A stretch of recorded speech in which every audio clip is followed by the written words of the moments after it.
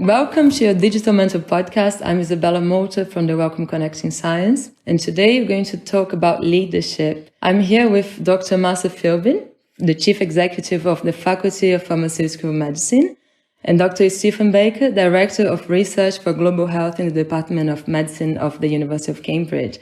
Both welcome. And can you please introduce yourselves a little bit to our audience, starting with Marcia? Hello, my name is Marcia Philbin, and I am the Chief Executive of the Faculty of Pharmaceutical Medicine, which is the membership body for doctors who are involved in all aspects of medicine development. So as you can imagine, with the past about 20 months now with COVID-19, our members have been very busy. I'm also a fellow of the Royal Society of Chemistry. Thank you, Marcia. And you, Steve? I'm Stephen Baker. I'm a microbiologist and I'm based at the University of Cambridge. I've been here for the last 2 and a bit years. And our group focuses on researching how gram-negative bacteria become pathogenic, how they spread, how they develop resistance to antimicrobials. And then we try and think about developing new solutions to try and treat and prevent them. Yes. And can I ask you how you made it to your current roles? So your path to leadership, starting with Stephen this time. I mean, how I've made it is how I'm here is one thing. I don't think I've made it, but how I'm here is... Imposter syndrome. Everybody's got a convoluted story. I think my convoluted story is a little bit complicated. I didn't do especially well at school. I went to university through clearing, didn't really know what I wanted to do. I found something I was interested in, which happened to be cell biology. And then I happened to get a job at a small research centre back in the late 1990s called the Sanger Centre, which was emerging at the time, particularly in bacterial genomics. And that got me interested in bacterial genomics. I decided I needed to do a PhD. So I moved to London, did a PhD, ended up going back to the Sanger then in a completely different rise then as a kind of postdoc. And then, to be honest, I got kind of slightly disillusioned with kind of the basic science and its kind of lack of direction for doing anything useful and applied. So I moved to Vietnam in 2007, where I went from a postdoc to becoming a professor at Oxford. And then I left Vietnam in 2019 to take this position at Cambridge. And I've been here for the last, as I said, 2 and a bit years. So it's a little bit convoluted.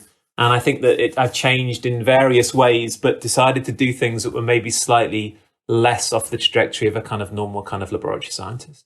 Oh, great. Thank you. And it's also interesting. You said you're not the best student at school, and it shows that sometimes grades doesn't mean anything. You just need to find something you really like, and then you can be great at it. Yeah, I mean, it's just a matter of finding something I was interested in. I think that probably the mechanism of teaching at school didn't suit me. And I think it probably wasn't until I went to university where I realized what learning is, and also learning how to learn myself as well, that actually getting embedded in something and going out there and finding the information of yourself was a completely different way of doing things. Einstein, famously, apparently he was really bad at school. So, right. What about you, Marcia? Yes, so it's interesting because listening to Stephen, I wanted to do medicine when I was at school, but it became very clear that I was very good at chemistry. But even though I was really good at chemistry, I applied for medicine, but I didn't get the grades to get into medical school. So I did chemistry, and that was the right decision for me. When I was thinking about this question, my first leadership position was at university. When I was doing my PhD, I became a member of the Postgraduate Association, and I was appointed to be the events chairperson. So I was responsible for organising events. We had a centre and a disco, and I became one of the DJs. And so we used to hold events, and I used to do the DJing for them. I even DJed for my friend's wedding. So that was my. When I was thinking about my first foray into leadership, that was the thing that came to mind. And then after my PhD, I went to work for the Ministry of Defence, and I worked in different agencies of the Ministry of Defence. And another example of leadership there is that the area I was working in was explosives. So we made specialised molecules that could go into explosives. And because I was on the polymer side, I was making the binders that helped to case the small molecules. But the funding for that area was decreasing. And I was looking at a new area for us to move into where we could make functional materials. And I went out, wrote a bid, got the funding, and that led to me supervising 5 PhD students and 2 postdoctorals. And that again was an example of me spotting an opportunity to change and lead that change. And what was interesting, this was about 6 years after I've been working there, I was thinking, I need to move on. I knew that I had more to give and more to do.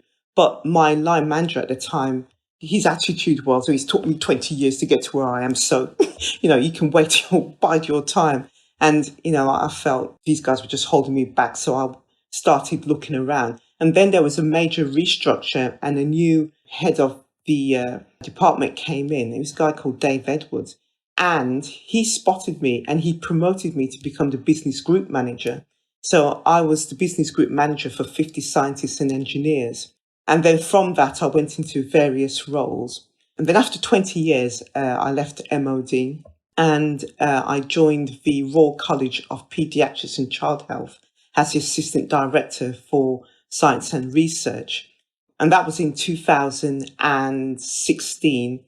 And then 3 years after that, I saw the role, my current role. They were looking for a new chief executive officer.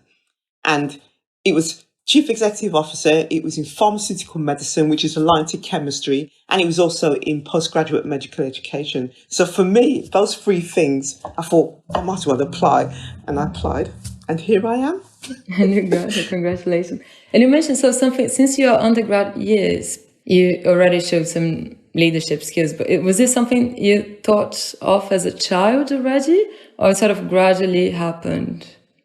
You know what's interesting? I remember lying in bed when I was about 14, and I always remember this, and that I wanted to see the world. Right, I didn't want something where it was just the same day in, day out, but I wanted to travel and see the world. And with working with MOD, I've achieved that. And I've done some travel also with my current role and when I was at the Royal College of Pediatrics and Child Health.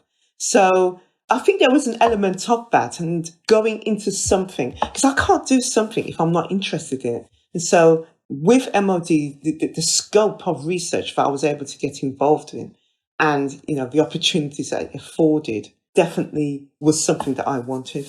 What about you, Stephen? Was it something that you wanted since as a child? I mean, what a great question.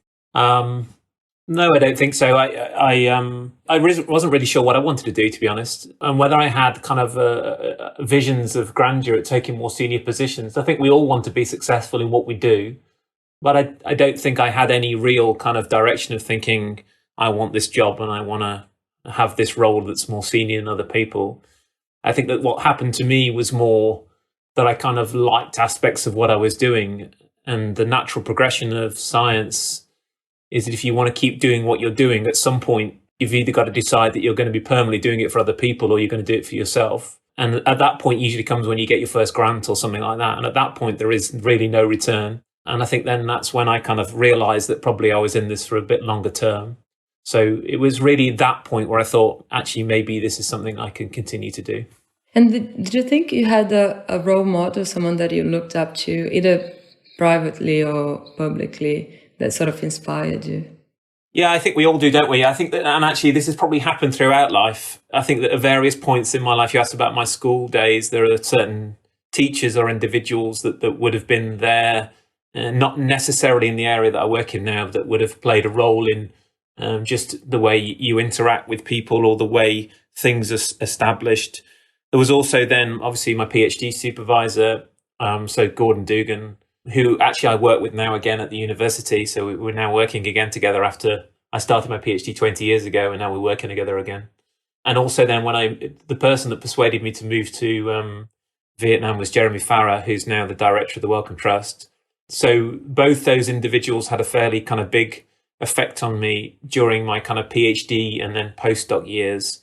And then now, yeah, less so now. I think we probably always need some guidance from more senior people. It just, as you become more senior yourself, there's less of those people to interact with, I guess. So it becomes slightly more difficult now. You are now the role models, right? So I guess quite a few people looking up to you. Well, we're trying. I think we try. I think that the way that works often is by passing on lessons that you've learned before from other people. So I think that the way the lab is very much structured and the way I go around things now is very similar to the way I would have been taught and what I would have learned from things that did and didn't work over the years. And there's a few things that obviously added that link in with your own personality and your own views. But I think generally things work the same way as they would have done in the other labs that I've worked in the past. What about you, Marcia?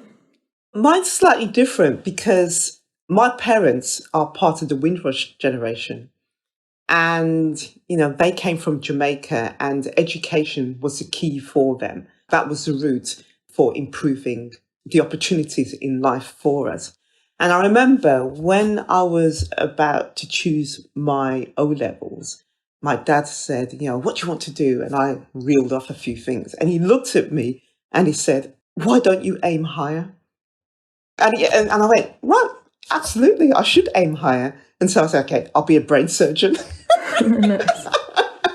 Right, but I just kept aiming higher because the thing is, if you aim higher, even if you don't reach it, you still reach higher than what you thought before. The other person that really inspired me was Lieutenant Uhura from the original Star Trek series.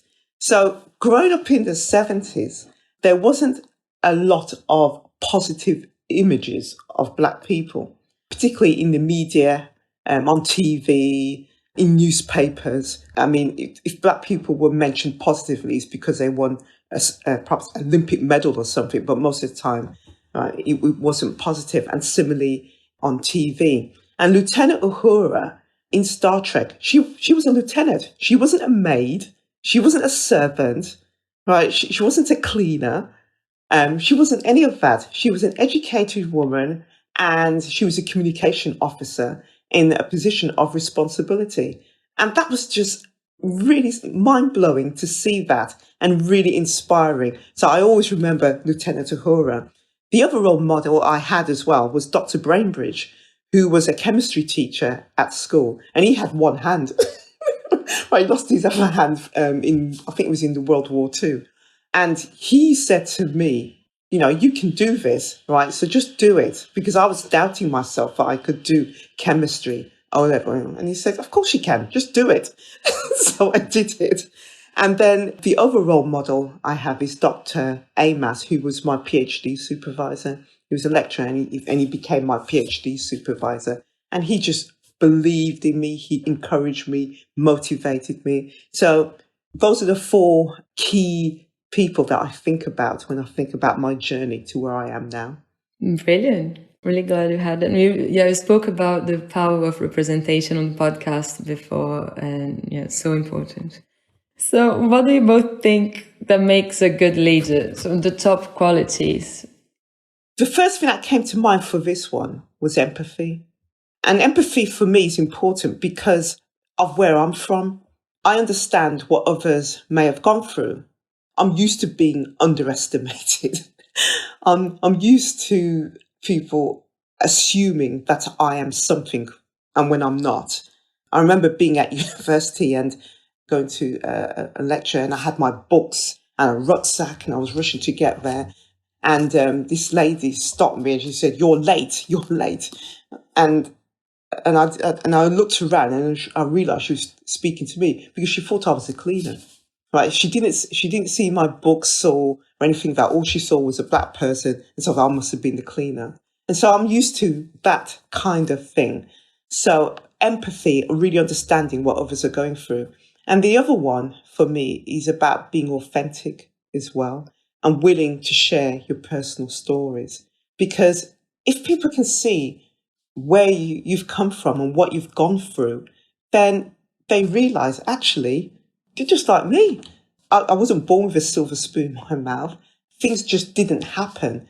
Opportunities came along and I embraced them. I took them. But I had to do certain things in order to be in that position to do that. I always define luck as opportunity meets preparedness. And I prepared myself by getting an education, by getting training, by listening and talking with others. And then when opportunities came along, I was ready to embrace them. So for me, it's about being emphatic and also being authentic. Great. Thank you, Marcia. What about you, Steve? Wow, I mean, it's difficult to compete with those, really, isn't it? I mean, obviously I agree with those. I think there's so many different aspects and it depends on the scenario. I think honesty, as much as possible, being open. I think that we're going through a very strange phase in human politics at the moment where kind of transparency is talked about but isn't particularly well valued. I think that actually being as transparent as possible, even in different circumstances, which obviously links up with being honest. And authentic, Stephen, as well. Yeah, agreed. And making sure that actually you're making the right decision that's gonna stand the test of time, rather than making a snap decision for what's going to happen in the next 5 minutes. And I think linking in with that also, what I've also tried to do, and on the back of the people that I work with, is making confident decisions as well. Something that I learned actually quite early on is that people respect you more if you make a decision. Not making a decision doesn't help anybody. So even if you make a wrong decision, people respect you more than making no decision. So I would say transparency, honesty, but also then the ability to make a decision, whether it's right or wrong in a different circumstances, probably for me. Oh, great answers. Thank you both. And what do you feel that you had to give up to be in this position now? For instance, now you don't have as much time to do the science itself, or you feel you had to let go? It's really hard to answer that question because I don't know what I would have had otherwise. But I think of, everyone goes through trials and tribulations to get to wherever they're doing. I don't think anybody gets anywhere particularly easily, maybe some people more easily than others. But yeah, quite a lot. I mean, a lot of time, a lot of energy, a lot of emotional energy, things that you would rather done, time with family, time with friends. Sometimes, at work as well, when people you've worked with have been your friends and you've had to make difficult decisions or things don't work in your favor. So often personal relationships. So ultimately you end up giving up quite a lot. Some things you can hold on to clearly because you have to have the support of your family and others around you to make sure that, but actually you give up quite a lot with respect to your time, your energy, and also those personal interactions. Running a research group or any degree of leadership means that you can be friends with the people you work with, but that relationship is always different. And you learn that as you go along. People will treat you differently if you're in a position of responsibility and leadership, whether you like that or not, until you give up those personal interactions. And that sometimes can be quite difficult, but you kind of get used to it, to be honest. Okay, what about you, Marcia? The first thing I had to give up was my family. Because when I got my first job, I had to move from Birmingham down to Sevenoaks in Kent. So I had to move away from my family. So I didn't really give up my family, but I had to give up living with them. But, it was for the best. It was for my future. And it's what I needed to do. And I don't regret it because I'm still here. And I remember when I was leaving, my mum started crying. Right, because, I got 4 brothers. I was the only girl. And, I was off. And that was it. But, it needed to happen. I think the other thing, I wouldn't say gave up. It's what I delayed. Because I still meet up with some friends from primary school. Many of them are grandmothers. Right, because, they got married and had their kids early. Right, and, I didn't. I did it later. Right, because I was investing in my career. So I delayed that side of things. I got married late and I had my twin boys later in life. And so in terms of my journey is very different from my peers who I went to school with. And you both were just on holidays, and I asked Stephen before if he actually managed to take any time off, and I think the answer was mainly no. I did. Is it possible to maintain a good work-life balance, or that's absolutely not possible? No, you can. I think in the early days when you're investing in your career, then it depends what's important to you then, right? I mean, for me, getting to a certain point in my career was important. So that's where I put my energy. So I didn't feel that I was missing out on anything. But I still went on holidays. I still went out and did things. But the balance of my lifestyle was more focused on career. Now that I've got my family and, it's more balanced. It's more 50-50. I mean, it's interesting. When I had my twins I had twin boys in 2004. And I went back to work when they were 7 months. And I went back to work just 3 days a week. I was leading a project.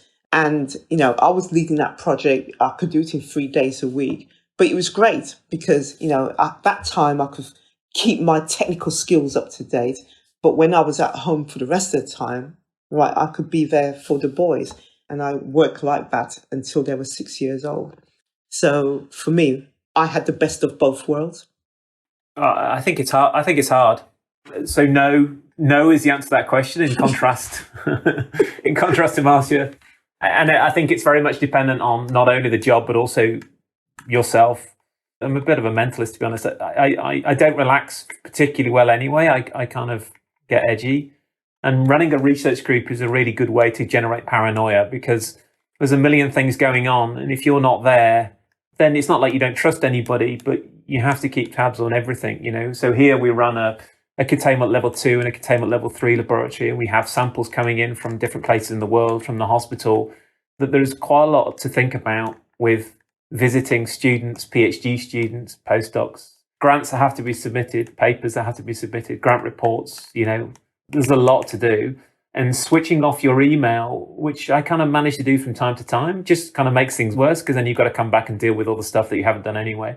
So what I do is, as I pointed out to you before off air, is that I have the worst of both worlds, whereas I don't really relax on holiday and I kind of do work half-heartedly and then get further behind than I would have done anyway. So I think that's probably partially me and I need to learn, but it is tough. Actually, I do concur with that, Stephen, because I went away for 2 weeks to Cornwall, and in those 2 weeks, I did check my emails about 3 or 4 times, and there were a couple that I had to action and forward on. But what I did, I was strategic about it. I said, I'm going to do it then. It will be for 10 minutes, and that was it. And then I forgot about it. Great. Well, everybody listening to this, do that. Don't do what I do because it's terrible, right? Dedicate some time, answer your emails, and then switch off. Don't do what I do. And remember, with great power comes great responsibility. So yeah.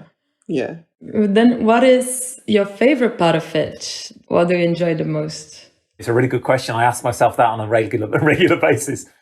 It's tough, but I think that that there's that element of doing science that when you find something or you do something that's of use, then that is still exciting. As I've kind of got older, it's still great to get grants. We all need grants. And also the papers. I still publish a lot, but I get less excited about the papers. What I get excited about now is seeing something new, or also that aspect of bringing somebody into science and then them having that kind of degree of excitement to that younger age also, I think.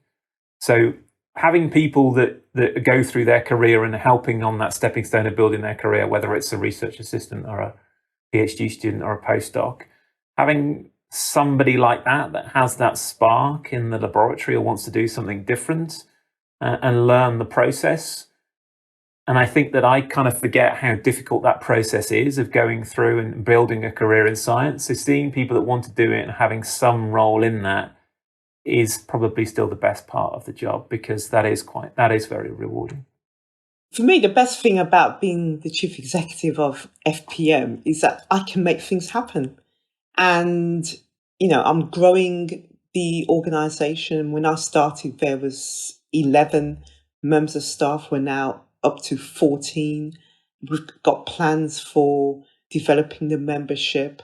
As I said in my opening, COVID-19 has been dominating much of what we've done, and it's put FPM on the map in terms of the media. We've been approached for so many media comments. And also we're looking at, developing our educational and training programs. But another great thing for me is that when the government announced the Kickstart Fund to support young people, 16 to 25-year-olds, to get into work, I applied to do that. I wanted to give a couple of young people a chance to learn about the work that we do and, to get involved in FPM, because chances are they would never be involved in something like that. And the two young men that we have, they've been absolutely brilliant, absolutely brilliant. And just to see the pleasure that they take in learning and being exposed to things that they would not be exposed to before is just such a joy. So that's been one of my highlights as well. And it comes back to that thing again about empathy, because I know what it is like. I've seen with my parents, you come from nothing and, you just want to do better. And so, just giving those two young men a chance, it's just been great. Nice. So you're familiar with the concept of sponsorship. They say it's to have this person that advocates for you behind closed doors. And apparently it's very important for career progression. Is the single most important thing is that you have that person that is sort of rooting for you and making things happening within an institute. Do you feel you had a sponsor? I mentioned earlier that it was Dave Edwards who became the department head, and he recognised my potential, and he plucked me out and promoted me to be a business group manager. So that, in a way, is a form of a sponsor. Also, when I was at RCPCH, I was involved in a coaching program, and I had a coach, and he's helped and supported me to think about where I could take my career in the direction. So I think it's good to have someone who you can bounce ideas off and who can support you in developing the opportunities that you want to pursue. Yeah, so I guess it's the same thing for you. The role models you mentioned, were they also sponsors in this case? I think in a university department, it's often essential. I think that it's very difficult to climb the slippery slope of academia without having people that are more senior than you within a department that can facilitate your success at every level, really. Whether it's a postdoc that's prepared to provide input on papers, or a junior PI that's helping people write kind of grant applications, or a more senior individual that can allow people the opportunity to go and give talks or open doors for writing fellowships. I think that, to be honest, it's almost essential. It's probably a dirty little secret of academia, to be honest. I don't think it's a particularly positive thing, because it means that academia is open to cliques and clubs. But I think that actually having progress in academia, particularly within departments, it's essential. You have sponsors to see that through. Otherwise, it becomes very difficult. To be honest, Stephen, I think it happens everywhere, right, from my experience. I know that my first job, the reason I knew that this role had become available is because my supervisor had a contract with the MOD, and the project sponsor, right, said, look, we've got this vacancy. If you know anybody who would be interested, let us know. So he told me about it. So that's another form of sponsorship. But I think this thing in terms of finding out what's going on and being aware of opportunities, that's where sponsors is really helpful and can help you, and that happens everywhere. And do you see yourselves as the sponsors now as well? Some nodding. Yeah, I definitely see myself as a sponsor, and particularly with my staff members, when I see opportunities, and I think that'd be good for that person, and I point them in that direction. One thing I'm very passionate about is ensuring that my guys have opportunities to develop, and even if they don't want to develop in terms of like going up the ladder, right, that they are able to do their job well, and so they have the right tools, they have the right exposure to experiences, new learning that can help them be more efficient or more effective in their role. That's brilliant. So are you not worried they're going to move on soon to do something else? And are you just happy for them to do so? I think that's great. If you've developed someone to the point that they have confidence to move on and others recognise what they have, that to me is success. Ah, that's brilliant. You're sorry to lose them, but hey, you can always find somebody else. Good.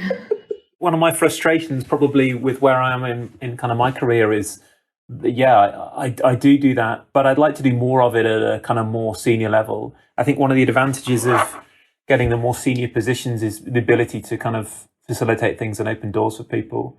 I do it, and I've done a lot of it, particularly tried to do a lot of it when I was working overseas, because it's good to give people different opportunities to try and further their careers, particularly in maybe environments where there isn't so much science and it's difficult to get a break.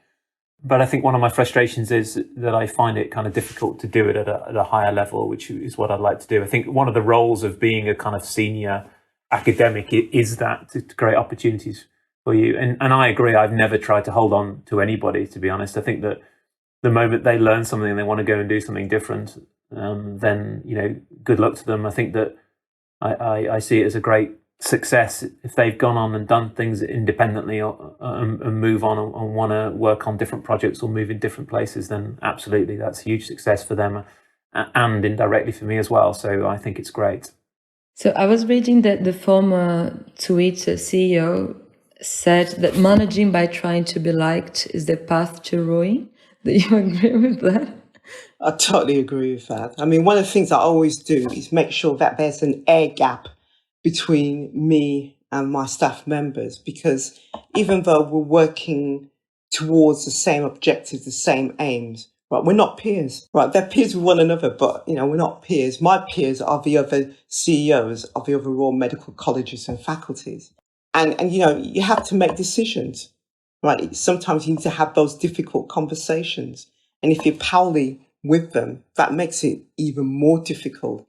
And sometimes you need to remember you can upset the balance if you're too pally. So yes, we have I have a great relationship with them, but we're not pals. We're colleagues. And you see, yeah, I think that's probably true. I think that actually it's even if you do try, it doesn't necessarily work out. There is a line though. I think that it helps being liked. Often, I think people are more willing to follow you if they find you supportive, which often comes with them liking you.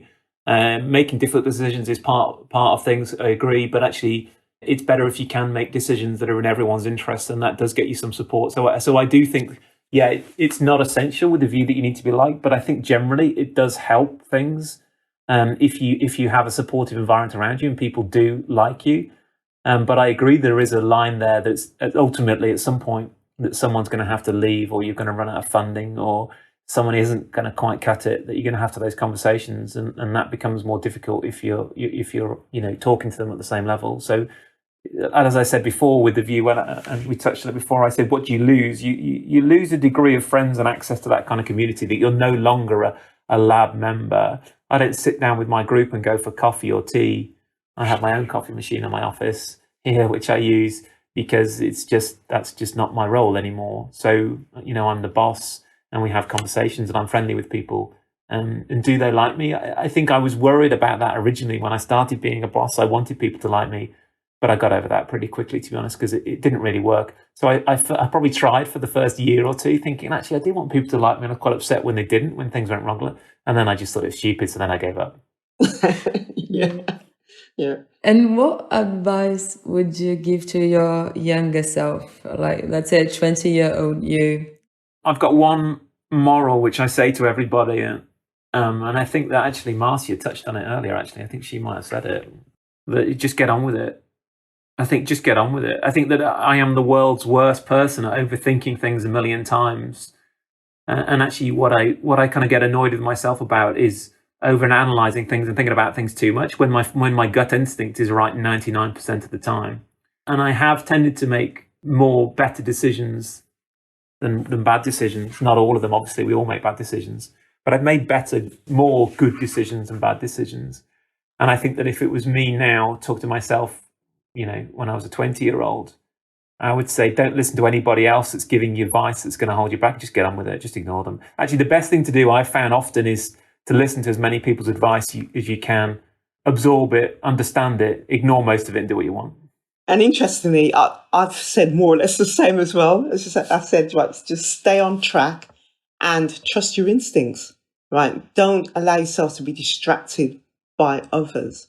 Yes, you can listen to others for their advice, but ultimately you have to make that decision. You know yourself, right? You know yourself better than anybody knows you.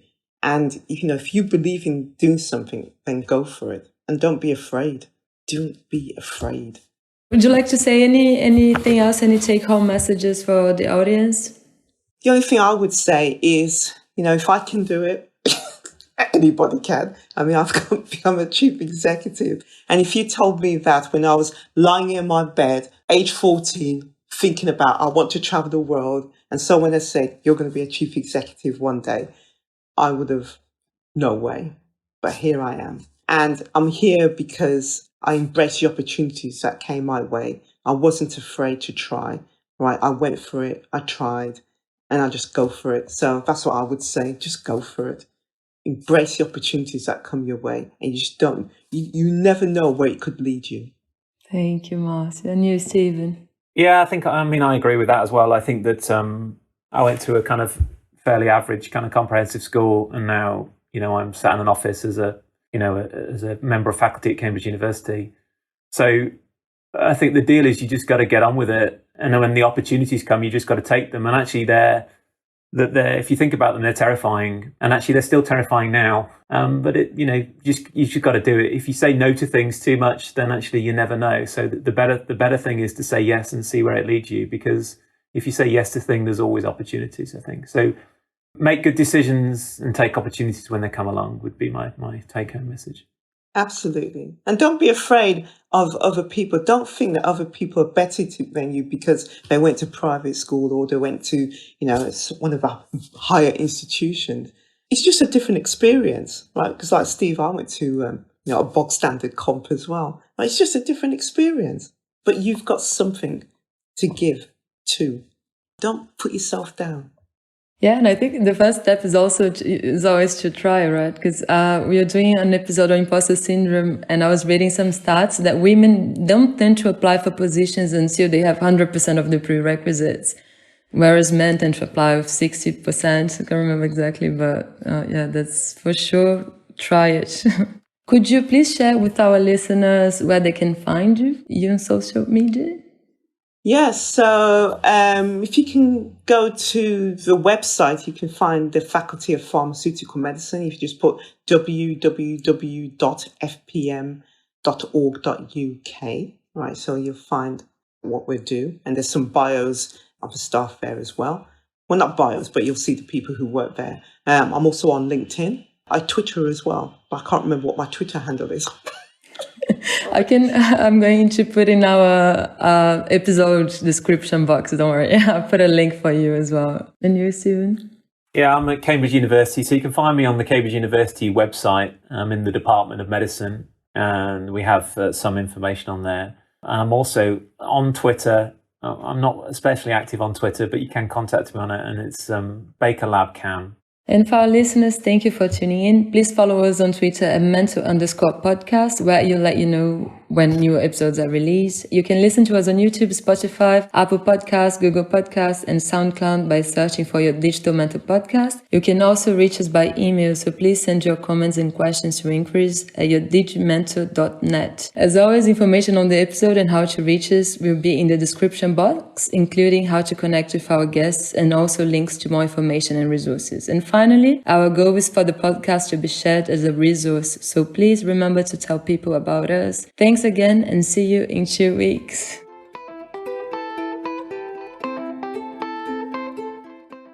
This episode is supported by Advanced Courses and Scientific Conferences, a program which develops and delivers training and conferences that span basic research, cutting-edge biomedicine, and application of genomics in healthcare. Through engaging and networking, the events educate, inspire, and transform careers worldwide. This episode is also supported by the Wellcome Sanger Institute. It undertakes large-scale research that forms the foundations of knowledge in biology and medicine. It uses the power of genome sequencing to understand and harness the information in DNA. The Sanger's discoveries are used to improve health and to understand life on Earth.